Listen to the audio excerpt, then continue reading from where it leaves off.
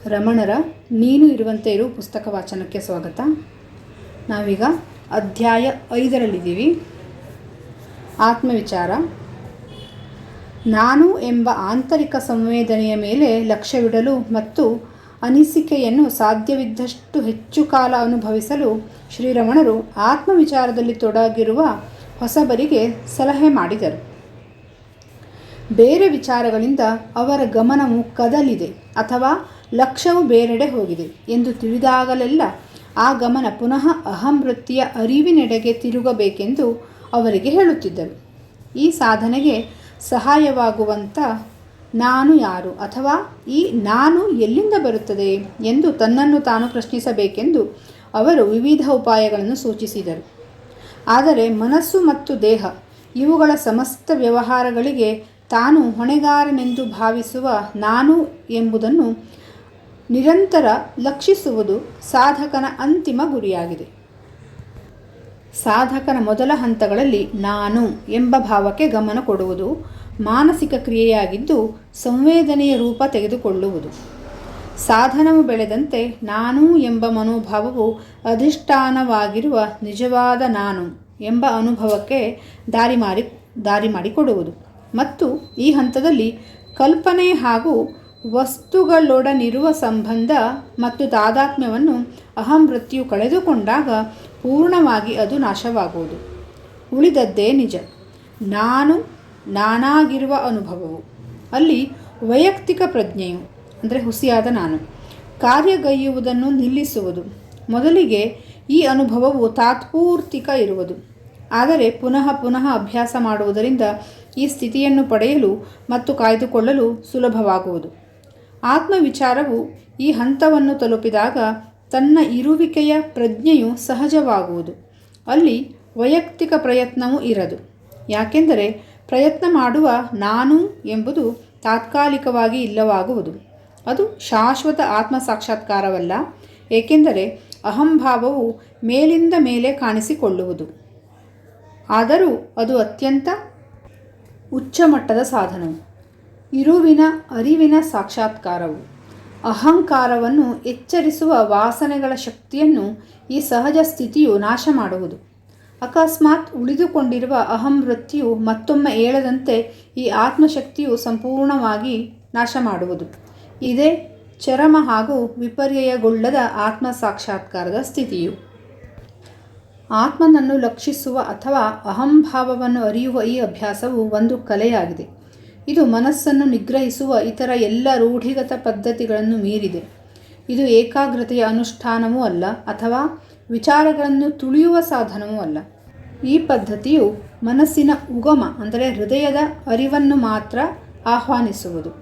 ಆತ್ಮವಿಚಾರದ ವಿಧಾನ ಮತ್ತು ಗುರಿ ಮನಸ್ಸನ್ನು ಆತ್ಮದಲ್ಲಿ ನೆಲೆ ನಿಲ್ಲಿಸುವುದಾಗಿದೆ ಮತ್ತು ಯಾವುದು ತಾನಲ್ಲವೋ ಅಂದರೆ ಅನಾತ್ಮ ಅದರಿಂದ ತನ್ನ ಲಕ್ಷ್ಯ ಹಾಗೂ ಆಸಕ್ತಿಯನ್ನು ತೆಗೆದುಹಾಕುವ ಮೂಲಕ ತಾನು ನಿಜವಾಗಿ ಏನು ಇರುವನೋ ಅದರ ಅರಿವು ಮಾಡಿಕೊಳ್ಳುವುದಾಗಿದೆ. ಮೊದಲ ಹಂತದಲ್ಲಿ ವಿಚಾರಗಳಿಂದ ಲಕ್ಷ್ಯವನ್ನು ವಿಚಾರಕನ ಕಡೆಗೆ ಹೊರಳಿಸುವುದು ಅವಶ್ಯವಾಗಿದೆ. ಆದರೆ ನಾನು ಎಂಬ ಪೂರ್ಣ ಪ್ರಜ್ಞೆಯು ನೆಲೆಗೊಂಡು ನಿಂತಾಗ ಮುಂದಿನ ಕ್ರಮವು ತಾನೇ ಫಲಿಸುವುದು. ಅಲ್ಲಿಂದ ಮುಂದೆ ಅದು ಕ್ರಿಯೆಗಿಂತ ಇರುವಿಕೆಯ ವಿಧಾನವಾಗಿರುವುದು ಮತ್ತು ಇರಲು ಮಾಡುವ ಪ್ರಯತ್ನವಿಲ್ಲದೆ ನಿಷ್ಕ್ರಿಯ ಇರುವುದು.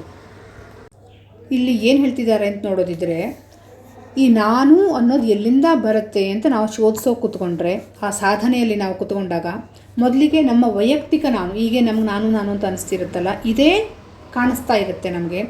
ಆದರೆ ಒಂದು ಹಂತದಲ್ಲಿ ಕಲ್ಪನೆ ಹಾಗೂ ವಸ್ತುಗಳನ್ನೊಡನಿರುವ ಸಂಬಂಧ ಅಹಂ ವೃತ್ತಿ ಕಳ್ಕೊಂಡ್ಬಿಡುತ್ತೆ ಅಂತ ಹೇಳ್ತಿದ್ದಾರೆ. ಅಂದರೆ ನಮ್ಮ ಆಲೋಚನೆಗಳು ಸ್ಥಗಿತ ಆಗುತ್ತೆ ಹೊರ ಜಗತ್ತಿನೊಂದಿಗೆ, ಅಥವಾ ಯಾವುದೇ ಆಲೋಚನೆಗಳು ನಾನುವಿನ ಜೊತೆ ನಾವು ಕನೆಕ್ಟ್ ಮಾಡ್ತಿರ್ತೀವಿ, ಅದು ಆ ಕನೆಕ್ಷನ್ ತಪ್ಪು ಹೋಗ್ಬಿಡುತ್ತೆ ಅಂತ. ಹಾಗಂತ ಅದು ಶಾಶ್ವತವಾಗಿ ತಪ್ಪು ಹೋಗುತ್ತೆ ಅಂತಲ್ಲ, ಒಂದು ಕ್ಷಣಕ್ಕೆ ತಪ್ಪು ಹೋಗುತ್ತೆ, ಮತ್ತೆ ನಾವು ಅಹಂ ವೃತ್ತಿಗೆ ವಾಪಸ್ ಆಗ್ತೀವಿ, ಮತ್ತೆ ನಾನು ಅನ್ನೋದು ಶುರುವಾಗುತ್ತೆ. ಆದರೆ ಹಾಗೆ ಸಾಧನೆಯನ್ನು ನಾವು ಮುಂದುವರಿಸ್ತಾ ಹೋದಾಗೆ ನಿಜವಾದ ನಾನುವಿನ ಪರಿಚಯ ನಮಗಾಗುತ್ತೆ ಅಂತ. ಅಲ್ಲಿ ಆಲೋಚನೆಗಳು ಯಾವುದೂ ಇರಲ್ಲ, ಒಂದು ಖಾಲಿಯಾದ ಜಾಗ, ಇರುವಿಕೆ ಮಾತ್ರ, ಅಲ್ಲಿ ಇದ್ದೇನೆ ಅನ್ನೋ ಒಂದು ಫೀಲ್ ಮಾತ್ರ ನಮಗೆ ಉಳ್ಕೊಳ್ಳುತ್ತೆ. ಅದೇ ನಮ್ಮ ಆತ್ಮದ ಸ್ವರೂಪ. ಯಾವುದೇ ಪ್ರಯತ್ನ ಇಲ್ಲದೆ ಇರೋದು, ಅಂದರೆ ಎಫರ್ಟ್ಲೆಸ್ ಸ್ಟೇಟ್ ಅಂತ ಅರಿವಿನ ಒಂದು ಸ್ವರೂಪದಲ್ಲಿ ನಾವು ನೆಲೆ ನಿಲ್ತೀವಿ. ಅದನ್ನೇ ಆತ್ಮ ಸಾಕ್ಷಾತ್ಕಾರ ಅಂತ ಹೇಳ್ತಾರೆ. ಇಲ್ಲಿ ಸಾಕ್ಷಾತ್ಕಾರ ಅಂದರೆ ಏನೋ ಒಂದು ಕಂಡಿತು ಅಥವಾ ಏನೋ ಒಂದು ಪಡೆದಿದ್ದೀವಿ ಅಂತಲ್ಲ, ನಾವೇ ಆ ಸ್ವರೂಪ ಅನ್ನೋದನ್ನು ನಾವು ಮನಗಾಣ್ತೀವಿ ಅಂತ. ಮುಂದೆ ಹೋಗೋಣ. ತಾನು ಮೊದಲು ಏನೂ ಇರುವನೋ ಆ ಇರುವು ಪ್ರಯತ್ನರಹಿತವಿರುವುದು, ಏಕೆಂದರೆ ತನ್ನ ಇರುವಿಕೆಯು ಯಾವಾಗಲೂ ಸಹಜವಾದದ್ದು, ಅನುಭವ ರೂಪವಾಗಿದೆ. ತದ್ವಿರುದ್ಧವಾಗಿ ಪ್ರಯತ್ನವು ಅರೆ ಎಚ್ಚರದ ಹಂತದಲ್ಲಿರುವುದು. ತಾನು ಯಾವುದಲ್ಲವೋ ಅದು, ಅಂದರೆ ಶರೀರ ಮತ್ತು ಮನಸ್ಸು, ತಾನಾಗಿ ನಟಿಸುವುದಕ್ಕೆ ನಿರಂತರ ಮಾನಸಿಕ ಪ್ರಯತ್ನ ಬೇಕಾಗಿರುವುದು. ಆದ್ದರಿಂದ ಆತ್ಮವಿಚಾರಣೆಯ ಉಚ್ಚ ಮಟ್ಟದಲ್ಲಿ ಪ್ರಯತ್ನವೂ ಇರದೆ ಆತ್ಮಾನುಭವ ಮಾತ್ರ ಇರುವುದು ಮತ್ತು ಮಾನಸಿಕ ಪ್ರಯತ್ನದ ಅಭಾವವೇ ಸಾಕ್ಷಾತ್ಕಾರವೆಂದು ಸಿದ್ಧವಾಗುವುದು. ಅಂತಿಮವಾಗಿ ಏನನ್ನಾದರೂ ಮಾಡುವುದರ ಫಲವಾಗಿ ಆತ್ಮನು ಪ್ರಾಪ್ತವಾಗಲಾರ, ಆದರೆ ಅದೇ ತಾನಾಗಿ ಇರುವುದರಿಂದ ಮಾತ್ರ ಪ್ರಕಟವಾಗುವನು. ನೋಡಿ, ಎಷ್ಟು ಸುಂದರವಾದ ವಿಚಾರವನ್ನು ಹೇಳಿದ್ದಾರೆ ಅಂದರೆ, ಎಲ್ಲ ಪ್ರಯತ್ನಗಳನ್ನು ನಾವು ಬಿಟ್ಟಾಗ ಮಾತ್ರ ಆತ್ಮಸ್ವರೂಪದಲ್ಲಿ ನಾವು ನೆಲೆ ನಿಲ್ತೀವಿ ಅಂತ. ಏನಕ್ಕೆ ಇದು ಪ್ರಯತ್ನ ಯಾವುದಕ್ಕೆ ಬೇಕಾಗುತ್ತೆ? ಯಾವುದು ನಾವಲ್ವೋ ಅದಾಗಿ ನಾವು ನಟಿಸ್ತಿರ್ತೀವಿ ಯಾವಾಗಲೂ ಅಲ್ವಾ. ಯಾವುದು ನಾವಲ್ಲ, ಶರೀರ ಮನಸ್ಸು ಎಲ್ಲ ನಾವಲ್ಲ. ನಾವು ಅದಾಗಿ ನಟಿಸೋವಾಗ ನಮಗೊಂದಿಷ್ಟು ಪ್ರಯತ್ನಗಳು ಬೇಕಾಗುತ್ತೆ. ಅಂದರೆ ಯೋಚನೆಯ ಪ್ರಯತ್ನ ಅಲ್ಲ, ಬೇರೆ ಅದು ಹೊರಗಿನ ಬಾಹ್ಯದ ಚಟುವಟಿಕೆ ಪ್ರಯತ್ನ ಅಂತಲ್ಲ, ಯೋಚನೆಯ ಪ್ರಯತ್ನವನ್ನು ಯಾವಾಗಲೂ ಮಾಡ್ತಿರ್ತೀವಿ. ನಾವು ದೇಹ ಮನಸ್ಸು ಆಗಿ ನಟಿಸೋವಾಗ ಆ ಪ್ರಯತ್ನಗಳೆಲ್ಲ ನಮಗೆ ಬೇಕಾಗುತ್ತೆ. ಆದರೆ ನಾವೇ ಆತ್ಮನಾಗಿರೋದಕ್ಕೆ ಯಾವ ಪ್ರಯತ್ನವೂ ಬೇಡ. ಪ್ರಯತ್ನವೆಲ್ಲ ಬಿಟ್ಟಾಗ ನಾವು ಆತ್ಮನ ಸ್ಥಿತಿಯಲ್ಲಿ ಇರ್ತೀವಿ. ಮುಂದೆ ಹೋಗೋಣ. ಒಮ್ಮೆ ಶ್ರೀ ರಮಣರು ಬೋಧಿಸಿದ್ದೇನೆಂದರೆ, ಧ್ಯಾನಿಸಬೇಡ, ಇರು. ನೀನು ಇರುವೆಯೆಂದು ವಿಚಾರಿಸಬೇಡ, ಇರು. ಇರುವಿಕೆಯ ಬಗ್ಗೆ ವಿಚಾರ ಮಾಡಬೇಡ, ನೀನು ಇರು. ನೋಡಿ, ಇರುವಿಕೆ ಒಂದೇ ಉಳಿಯುತ್ತೆ ಅಂದರೆ ನಾನಿದ್ದೇನೆ, ಇರುವಿಕೆ ಇದೆ ಅಂತ ಆಲೋಚಿಸೋದಲ್ಲ, ಯೋಚನೆ ಅಲ್ಲ, ಅದು ಸುಮ್ಮನೆ ಇರೋದಷ್ಟೇ, ಎಲ್ಲ ಪ್ರಯತ್ನವನ್ನು ಬಿಟ್ಟು. ಮುಂದೆ ಹೋಗೋಣ. ಆತ್ಮವಿಚಾರಣೆಯ ಒಂದು ನಿರ್ದಿಷ್ಟ ಕಾಲ ಮತ್ತು ನಿರ್ದಿಷ್ಟ ಸ್ಥಿತಿಯಲ್ಲಿ ನಡೆಯುವ ಧ್ಯಾನದ ಸಾಧನೆ ಎಂದು ತಿಳಿಯಕೂಡದು. ತಾನು ಏನೇ ಮಾಡುತ್ತಿರಲಿ ತನ್ನ ಇಡೀ ಜಾಗೃತ ಕಾಲದಲ್ಲಿ ಅದು ನಡೆಯುತ್ತಿರಬೇಕು. ಶ್ರೀರಮಣರು ಕರ್ಮ ಮತ್ತು ಆತ್ಮವಿಚಾರಗಳಲ್ಲಿ ಯಾವ ವಿರೋಧವನ್ನು ಕಾಣಲಿಲ್ಲ. ಯಾವುದೇ ಪರಿಸ್ಥಿತಿಯಲ್ಲಿಯೂ ಸಹ ಅಲ್ಪ ಅಭ್ಯಾಸದಿಂದ ಆತ್ಮವಿಚಾರವನ್ನು ಸಾಧಿಸಬಹುದೆಂದು ಅವರ ಅಭಿಪ್ರಾಯವಾಗಿತ್ತು. ಹೊಸಬರಿಗೆ ಕ್ರಮಬದ್ಧ ಅನುಷ್ಠಾನಕ್ಕೆ ನಿಯಮಿತ ಅವಧಿ ಒಳ್ಳೆಯದೆಂದು ಕೆಲಸಲ ಅವರು ಹೇಳಿದರು. ಆದರೆ ಧ್ಯಾನಕ್ಕೆ ಕುಳಿತುಕೊಳ್ಳಲು ದೀರ್ಘಕಾಲಿಕ ಅವಧಿಯನ್ನು ಅವರು ಎಂದೂ ಸಮರ್ಥಿಸಲಿಲ್ಲ ಮತ್ತು ಧ್ಯಾನ ಜೀವನಕ್ಕೋಸ್ಕರ ತಮ್ಮ ಲೌಕಿಕ ವ್ಯವಹಾರಗಳನ್ನು ತ್ಯಾಗ ಮಾಡಲು ಯಾವ ಭಕ್ತರಾದರೂ ತಮ್ಮ ಇಚ್ಛೆಯನ್ನು ವ್ಯಕ್ತಪಡಿಸಿದರೆ ಅವರು ಯಾವಾಗಲೂ ತಮ್ಮ ಅಸಮ್ಮತಿಯನ್ನು ತೋರಿಸುತ್ತಿದ್ದರು. ಅಂದರೆ ಅವ್ರು ಹೇಳ್ತಿದ್ದಿದ್ದು, ಯಾವುದೋ ಒಂದಿಷ್ಟು ಕಾಲ, ದಿನದಲ್ಲಿ ಒಂದಿಷ್ಟು ಕಾಲ ಮಾತ್ರ ಇದನ್ನು ಪಾಲಿಸಬೇಕು ಅಂತಲ್ಲ, ಇಡೀ ದಿನದಲ್ಲಿ ಯಾವಾಗ ನಾವು ಎಚ್ಚರದಲ್ಲಿರ್ತೀವೋ, ಯಾವಾಗ ಆಲೋಚನೆಗಳು ನಡೆಯುತ್ತಿರುತ್ತೋ ಅವಾಗೆಲ್ಲ ನಾವು ಆತ್ಮವಿಚಾರವನ್ನೇ ಮಾಡಬೇಕು ಅಂತ.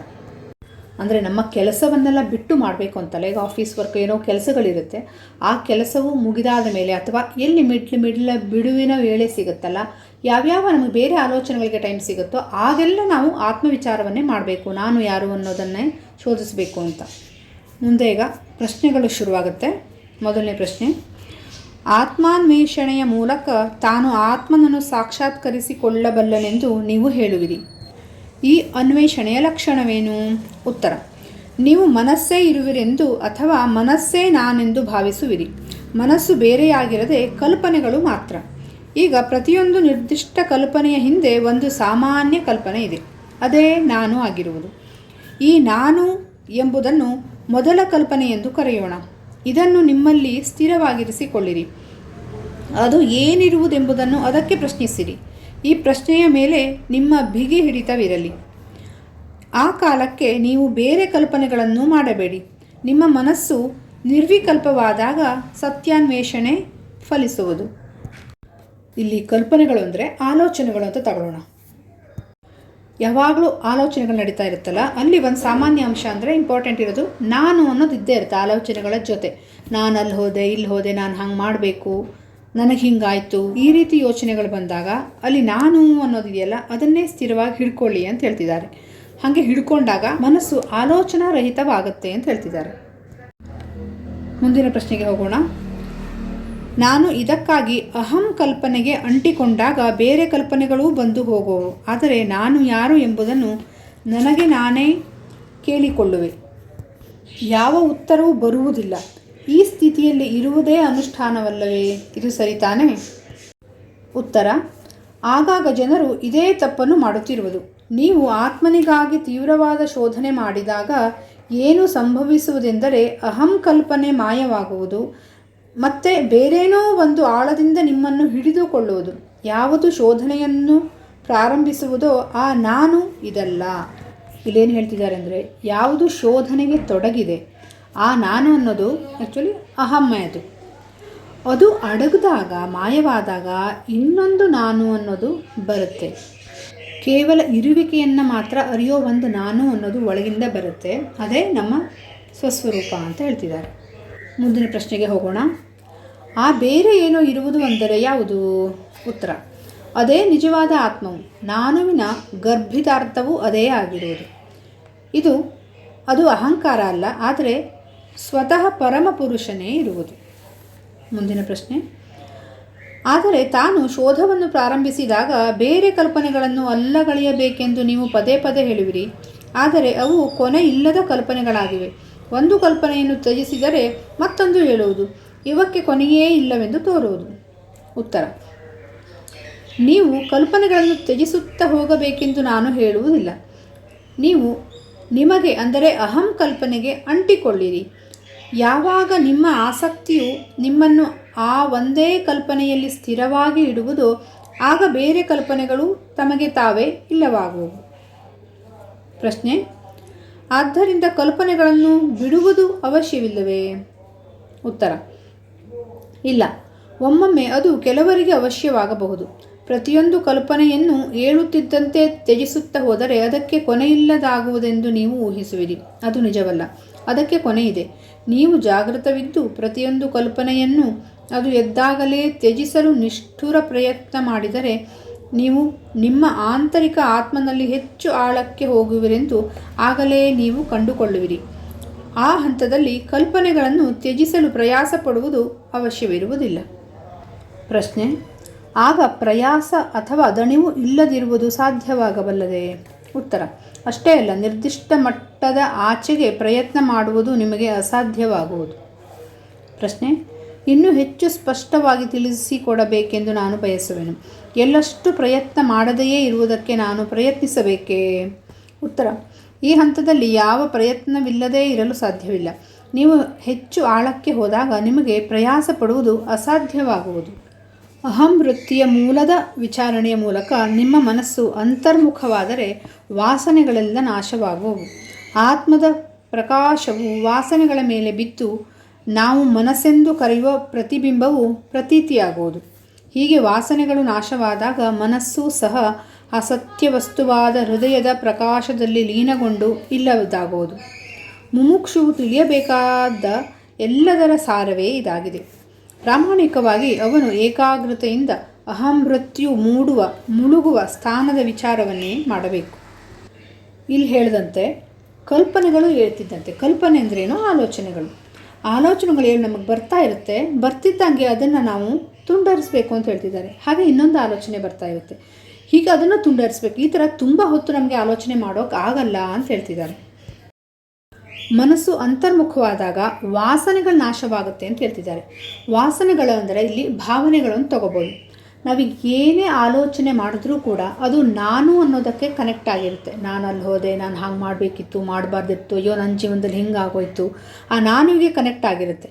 ಹಂಗೆ ಕನೆಕ್ಟ್ ಆದಾಗ ನಮ್ಮಲ್ಲಿ ಭಾವಗಳು ಅಲ್ವಾ, ಕೆಲವು ನೆಗೆಟಿವ್ ಭಾವಗಳು, ಖುಷಿಯ ಭಾವಗಳು, ಶೋಕದ್ದು, ದುಃಖದ್ದು, ಕೋಪದ್ದು ಎಲ್ಲ ಭಾವಗಳು ಬರ್ತಾ ಇರುತ್ತೆ.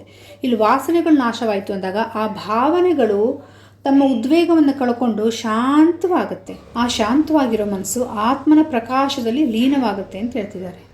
ಮುಂದಿನ ಪ್ರಶ್ನೆ: ಪ್ರಾಥಮಿಕ ಸಾಧಕನು ಈ ಅನುಷ್ಠಾನವನ್ನು ಹೇಗೆ ಆರಂಭಿಸಬೇಕು? ಉತ್ತರ: ನಾನು ಯಾರು ಎಂಬ ವಿಚಾರದಿಂದ ಮಾತ್ರ ಮನಸ್ಸು ನಾಶವಾಗುವುದು. ನಾನು ಯಾರು ಎಂಬ ವಿಚಾರವು ಉಳಿದೆಲ್ಲ ವಿಚಾರಗಳನ್ನು ನಾಶ ಮಾಡಿ ಶವದಹನ ಕ್ರಿಯೆಯಲ್ಲಿ ಕಟ್ಟಿಗೆಗಳನ್ನು ಮುಚ್ಚಲು ಉಪಯೋಗಿಸಿದ ಕಟ್ಟಿಗೆಗಳಂತೆ ಕೊನೆಗೆ ಮನಸ್ಸು ತನ್ನಿಂದ ತಾನೇ ನಾಶವಾಗುವುದು. ಇತರ ಕಲ್ಪನೆಗಳು ಎದ್ದರೆ ಅವುಗಳನ್ನು ಪೂರ್ಣ ಮಾಡಲು ಯತ್ನಿಸದೆ ಅವು ಯಾರಿಗೆ ಹೇಳುವವು ಎಂದು ವಿಚಾರಿಸಿ.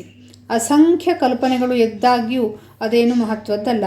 ಪ್ರತಿಯೊಂದು ಕಲ್ಪನೆಯು ಎದ್ದ ತಕ್ಷಣ ಇದು ಯಾರಿಗೆ ಎದ್ದಿರುವುದು ಎಂದು ಎಚ್ಚರಿಕೆಯಿಂದ ವಿಚಾರ ಮಾಡಿದರೆ ನನಗೆ ಎಂದು ತಿಳಿದು ಬರುವುದು. ಆಗ ನಾನು ಯಾರು ಎಂದು ವಿಚಾರಿಸಿದರೆ ಮನಸ್ಸು ತನ್ನ ಮೂಲದ ಕಡೆಗೆ ತಿರುಗುವುದು ಮತ್ತು ಎದ್ದ ಕಲ್ಪನೆಯು ಲಯವಾಗುವುದು. ಹೀಗೆ ಪುನಃ ಪುನಃ ಸಾಧನೆ ಮಾಡುವುದರಿಂದ ಮನಸ್ಸು ತನ್ನ ಮೂಲದಲ್ಲಿ ನೆಲೆ ನಿಲ್ಲಲು ಅದರ ಶಕ್ತಿಯು ಕುಗ್ಗುವುದು. ಅನಂತ ಕಾಲದಿಂದ ಪದೇ ಪದೇ ಘಟಿಸುವ ಇಂದ್ರಿಯ ವಿಷಯ ವಾಸನೆಗಳು ಸಮುದ್ರದ ತೆರೆಗಳಂತೆ ಅಗಣಿತ ಸಂಖ್ಯೆಯಲ್ಲಿ ಎದ್ದಾಗ್ಯೂ ತನ್ನ ಸ್ವರೂಪದ ಧ್ಯಾನವು ಹೆಚ್ಚು ಹೆಚ್ಚು ಗಾಢವಾದಂತೆ ವಾಸನೆಗಳೆಲ್ಲ ನಾಶವಾಗುವವು. ಈ ಎಲ್ಲ ವಾಸನೆಗಳನ್ನು ನಾಶ ಮಾಡುವುದು ಮತ್ತು ಕೇವಲ ಆತ್ಮವಾಗಿ ಉಳಿಯುವುದು ಸಾಧ್ಯವಿರುವುದೇ ಎಂದು ಸಂಶಯಗೊಳ್ಳುವ ಹೀನ ವಿಚಾರಕ್ಕೆ ಆಸ್ಪದ ಸಹ ಕೊಡದೆ ತಾನು ಆತ್ಮನಲ್ಲಿ ಲಕ್ಷ್ಯವಿಡುವುದಕ್ಕೆ ಪಟ್ಟು ಹಿಡಿದು ಅಂಟಿಕೊಳ್ಳಬೇಕು. ಇಂದ್ರಿಯ ವಿಷಯ ವಾಸನೆಗಳು ಮನಸ್ಸಿನಲ್ಲಿ ಇರುವವರೆಗೂ ನಾನು ಯಾರು ಎಂಬ ಆತ್ಮವಿಚಾರವು ಅವಶ್ಯವಾಗಿರುವುದು. ಕಲ್ಪನೆಗಳು ಎದ್ದಾಗಲೆಲ್ಲ ತಾನು ಅವೆಲ್ಲವುಗಳನ್ನು ವಿಚಾರಣೆಯ ಮೂಲಕ ತನ್ನಲ್ಲಿಯೇ, ಅಂದರೆ ಅವುಗಳು ಮೂಡುವ ಮತ್ತು ಮುಳುಗುವಲ್ಲಿಯೇ ನಿರ್ಮೂಲ ಮಾಡಬೇಕು. ತನಗನ್ಯವಾದದ್ದರಲ್ಲಿ ಅನಾಸಕ್ತನಾಗಿರುವುದೇ ವೈರಾಗ್ಯ ಅಥವಾ ನಿರಾಶೆ. ಆತ್ಮನನ್ನು ತಿಳಿದಿರುವುದೇ ಜ್ಞಾನ. ನಿಜವಾಗಿ ಇವೆರಡು, ಅಂದರೆ ವೈರಾಗ್ಯ ಮತ್ತು ಜ್ಞಾನ, ಒಂದೇ ಇರುವವು. ಮುತ್ತಿಗಾಗಿ ಮುಳುಗಿದವನು ಸೊಂಟಕ್ಕೆ ಕಲ್ಲು ಕಟ್ಟಿಕೊಂಡು ಸಮುದ್ರದಲ್ಲಿ ಮುಳುಗಿ ತಳದಲ್ಲಿರುವ ಮುತ್ತುಗಳನ್ನು ತೆಗೆದುಕೊಂಡು ಬರುವಂತೆ ಪ್ರತಿಯೊಬ್ಬರೂ ವೈರಾಗ್ಯದೊಡಗೂಡಿ ತನ್ನೊಳಗೆ ಆಳವಾಗಿ ಮುಳುಗಿ ಆತ್ಮನೆಂಬ ಮುತ್ತನ್ನು ಪಡೆಯಬಲ್ಲನು. ತಾನು ನಿರಂತರವಾಗಿ ತನ್ನ ನಿಜಸ್ವರೂಪದ ಸ್ಮರಣವನ್ನು ಆತ್ಮಪ್ರಾಪ್ತಿಯಾಗುವವರೆಗೆ ಆಶ್ರಯಿಸಿದರೆ ಅಷ್ಟು ಮಾತ್ರ ಸಾಕಾಗುವುದು. ಬಂಧನದಲ್ಲಿರುವ ನಾನು ಯಾರು ಎಂದು ವಿಚಾರ ಮಾಡಿ ತನ್ನ ನಿಜಸ್ವರೂಪವನ್ನು ತಿಳಿಯುವುದು ಮಾತ್ರ ಮೋಕ್ಷವೆನಿಸುವುದು. ಮನಸ್ಸನ್ನು ಯಾವಾಗಲೂ ಆತ್ಮನಲ್ಲಿ ಸ್ಥಿರವಾಗಿ ನೆಲೆಗೊಳಿಸುವುದೇ ಆತ್ಮವಿಚಾರವೆಂದು ಹೇಳಿಸಿಕೊಳ್ಳುವುದು ಮತ್ತು ಸಚ್ಚಿದಾನಂದ ರೂಪ ನಿರಪೇಕ್ಷ ಬ್ರಹ್ಮವೇ ತಾನಿರುವನೆಂದು ತಿಳಿಯುವುದು ಜ್ಞಾನವೆನಿಸಿದೆ. ಇವತ್ತಿಗೆ ಎಷ್ಟು ಸಾಕು. ಮುಂದಿನ ಭಾಗದಲ್ಲಿ ಮುಂದಿನ ಪ್ರಶ್ನೆಗಳನ್ನು ನೋಡೋಣ.